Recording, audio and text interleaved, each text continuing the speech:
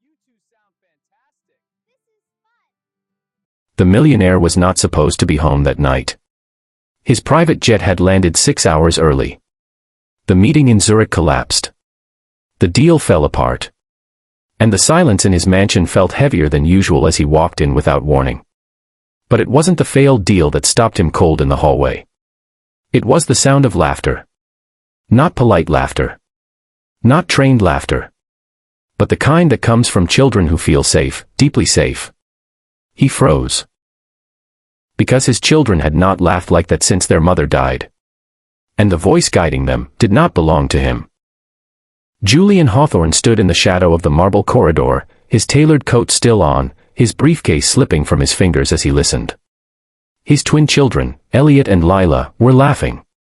Real laughter. The kind that echoed, cracked, and burst without restraint. The sound led him toward the playroom. Slowly. Quietly. Julian hadn't heard that sound in nearly 3 years. After their mother passed away, the house became efficient. Clean. Silent. Nannies came and went. Tutors followed schedules. Therapists filled calendars.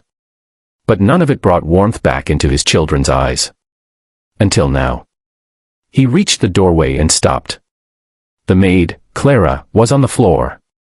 Not cleaning. Not working. She sat cross-legged, wearing an old sweater and soft socks, holding a worn picture book. Elliot leaned against her shoulder. Lila lay curled in her lap, half asleep, clutching the edge of Clara's sleeve like it was the most precious thing in the world. Clara was whispering a story, not reading, whispering. Her voice was gentle, uneven, alive. And the knight didn't win because he was strong, she said softly. He won because he stayed when everyone else ran. Julian's chest tightened. Lila looked up at Clara and whispered, "Will you still be here tomorrow?" Clara smiled, brushing hair from her face. "As long as you need me."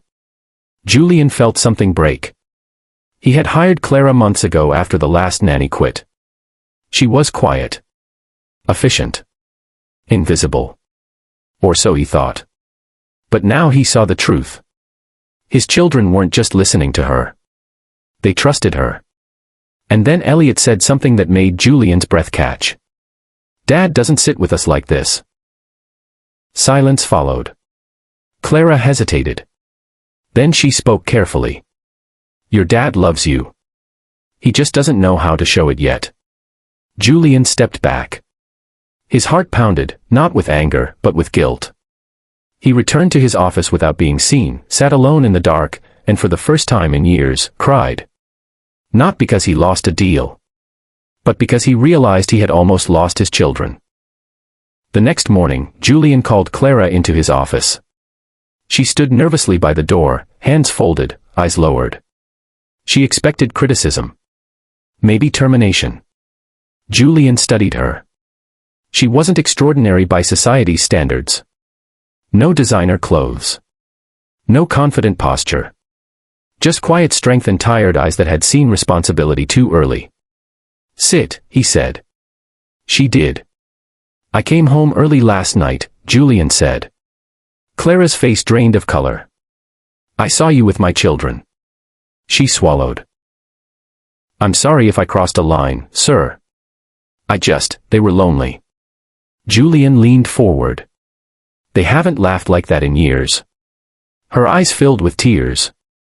"I lost my mother young," she said softly. "I know that silence.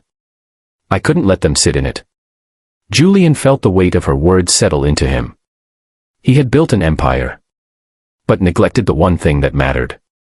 "I've been teaching my children how to survive," he said quietly. "You've been teaching them how to live." Clara looked up, stunned. "I don't want you to leave," Julian continued. "But I also don't want you trapped here." She shook her head. "They don't need another employee. They need someone who stays." Julian made a decision that would change all their lives. He reduced his travel. Rearranged his empire. Took evenings off. Sat on the floor. Read stories. Learned how to be present, not powerful. And Clara? She didn't remain a maid. She became family. Months later, as Julian watched his children run through the garden, laughing, fearless, whole, he realized something profound. The most valuable thing he had ever gained didn't come from wealth. It came from returning home early. And finally seeing what truly mattered.